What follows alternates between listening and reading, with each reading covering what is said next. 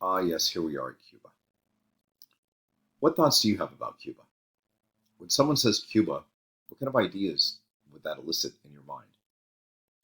What do you know about Cuba? Let me start with this. Take a look at that gentleman sitting in his doorway in Havana. How would you describe him? Race and ethnicity in Latin America are difficult things for Americans to put their fingers on. And the reason is because it's described in such a very different way than it is in the United States. And in fact, in Cuba, it's probably the most difficult to describe it. Because according to the Cuban government, racism officially doesn't exist. And so the government doesn't want anybody identifying by race or ethnicity. Nevertheless, my experience in Cuba is this.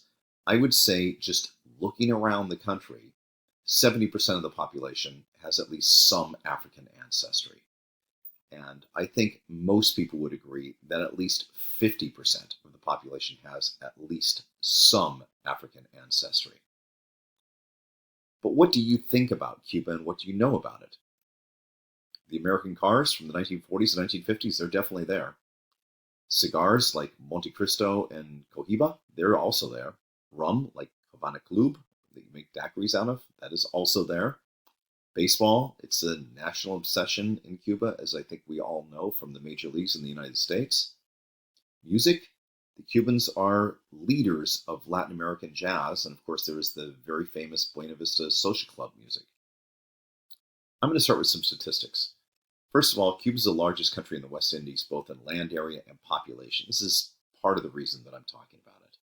There's 11.5 million people there. I want you to understand something, though. That 11.5 million has been about the same number for almost 2 decades. It has a warm tropical climate, and especially in the interior, it has a very mountainous landscape.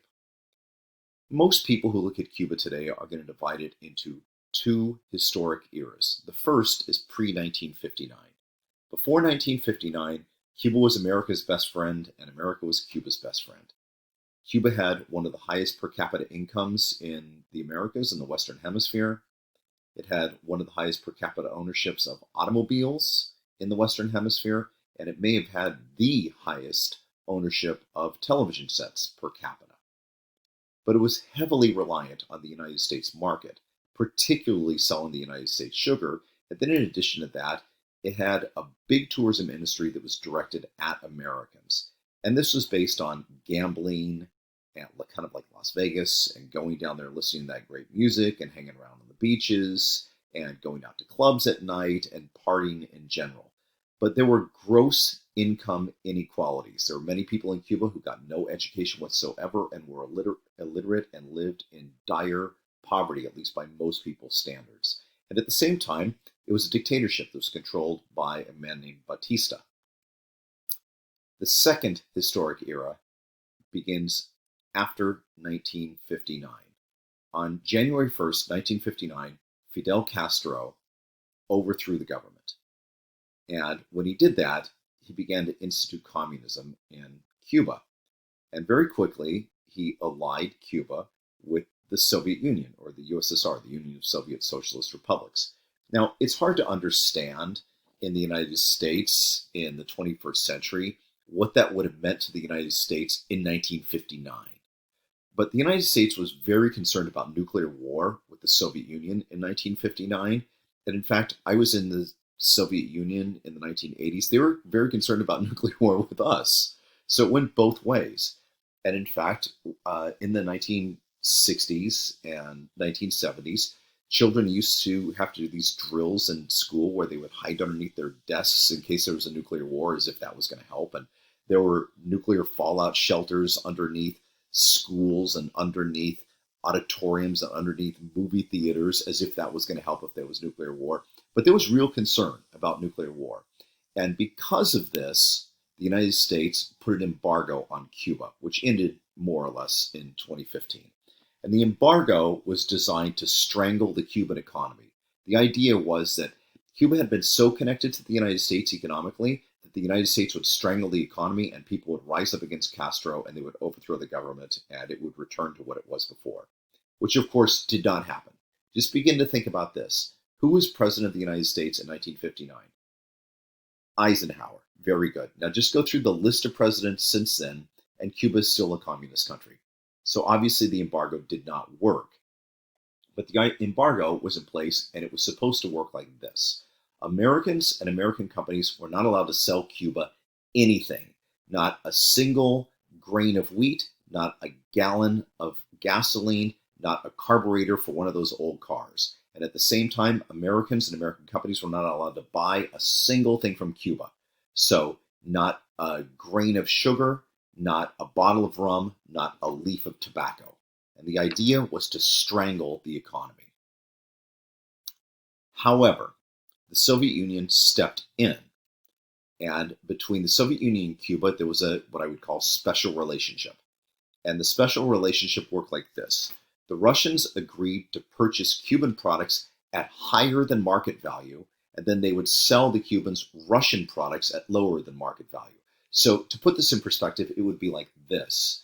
If you were paying $1 for a pound of sugar in the United States, the Russians were willing to buy Cuban sugar at $8 for 1 pound. And if you were paying $3.50 for a gallon of gasoline in the United States, the Russians were willing to sell the Cubans a gallon of gasoline for 20 cents. And so what was happening was they were subsidizing the economy. Now, were they doing this because they were so in love with Cuba? Of course not. They were a stone in the shoe of the United States. During that era, there were two great powers, the United States and the Soviet Union. And we were involved in a Cold War with the Soviet Union and them with us.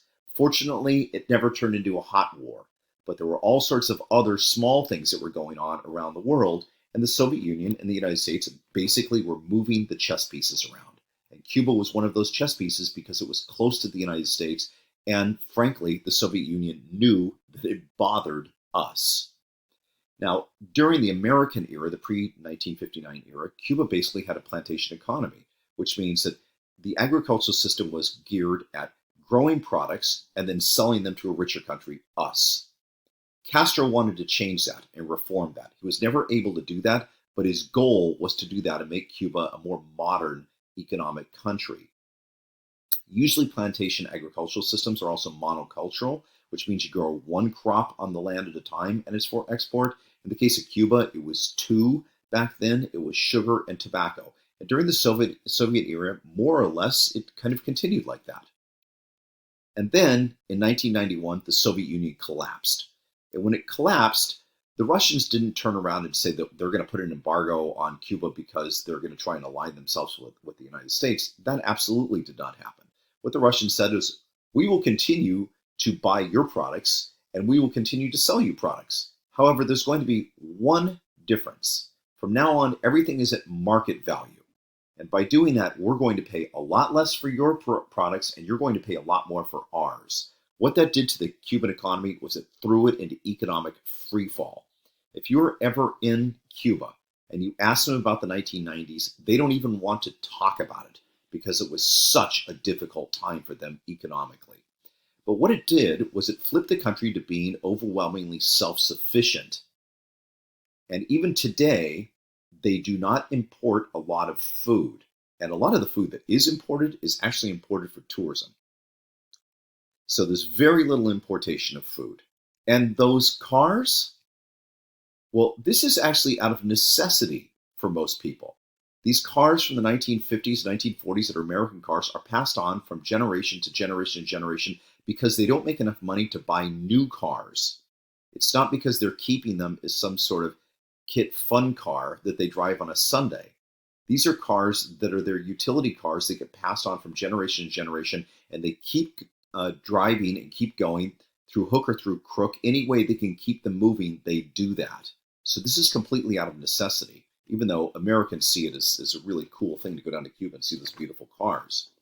And at the same time, in a lot of ways, Cuba still functions like it's 50, 60, 70, 80 years ago.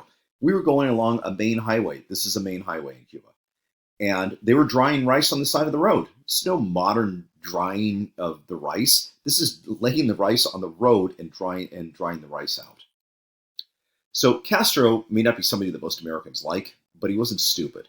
He was a pretty educated man. He was an attorney. He had been to the United States. He spoke English relatively well. So he had pretty good understanding of Americans. And what he did was he just flipped the economy in the post 1991, post Soviet era to a version of pre 1959, which means tourism. And the tourism was aimed at Canadians, Europeans, and rich Latin Americans. It couldn't be aimed at Americans because we were not allowed to go down there because of the embargo. And what they were promoting was the beautiful beaches and the climate, the great music that's down there, the rum cocktails, and cheap accommodations. And then in 2008, Raul Castro, Fidel's brother, took over. Now, nobody's really sure how or why this happened because Fidel was still alive.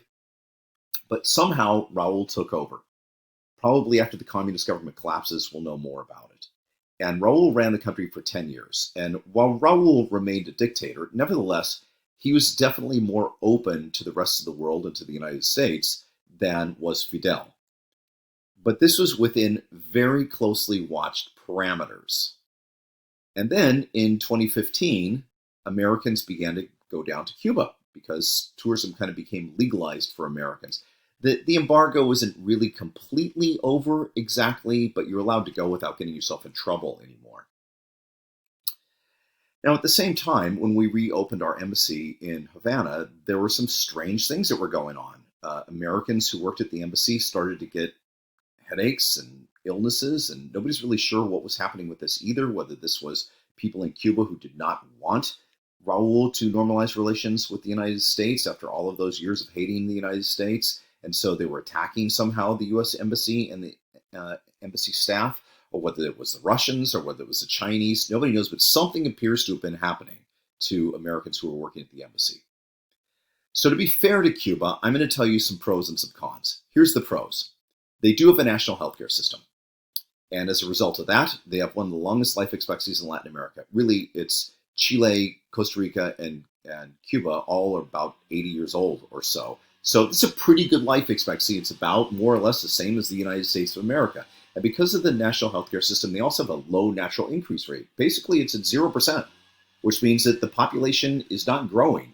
And it's because they introduced birth control, and birth control has been widely available. This partly has to do with the lack of power of the Catholic Church, whereas in much of Latin America, the Catholic Church, of course, has been very powerful throughout time.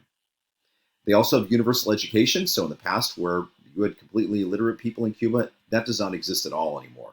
99% of the population is literate. Everybody goes to school. In fact, they're very proud of their medical schools in Cuba. People go down to Cuba for health tourism. The cons are these. The continued dictatorship. So I'll tell you a story about the fist. At a house that I was staying at, I was speaking to a woman. And if you speak to Cubans for enough time, they begin to trust you and they begin to be willing to speak to you. If you walk down the street and ask Cubans what they think about the communist dictatorship, they are not going to talk to you about that. But if you make friends with people and they begin to trust you, they will begin to talk to you. And what this woman said to me was this. In Cuba, we have everything. Everybody has food. Everybody has a house. Everybody has healthcare. Everybody has an education. The problem in Cuba is the fist. And of course, what she meant was the dictatorship and that continued dictatorship, that the minute you speak out, you will find yourself in huge trouble. And they all know that. And so there continues to be a lack of freedom of expression in Cuba and, of course, no democracy. They haven't really developed much of a substantial middle class. And foreign investment is relatively soft because of the complications of doing business in Cuba. And they're falling further and further behind the rest of Latin America, which is developing a middle class. Take a look at this picture. This is Calle Industria in Havana. It's one of the main streets in central Havana. Notice you don't see cars going up and down the street. One of the things that the Cubans actually are somewhat proud of is that they began organic farming after the collapse of the Soviet Union because they weren't able to get fertilizers anymore. And so they were one of the world's leaders in organic farming. And as greenhouse gases have become an increasing problem on the planet, one of the things the Cubans have said is, we can lead the way on this because we don't produce very many greenhouse gases anymore. But part of the reason, the main reason, is because they can't drive cars because they don't have the gasoline and cars are falling apart there. But take a look at the city. You can tell by looking at this that at one point in the late 1950s, Havana was probably one of the most beautiful cities in the world. But there's been almost no reconstruction, and as a result of that, many things are collapsing there. And Cubans are acutely aware of that situation.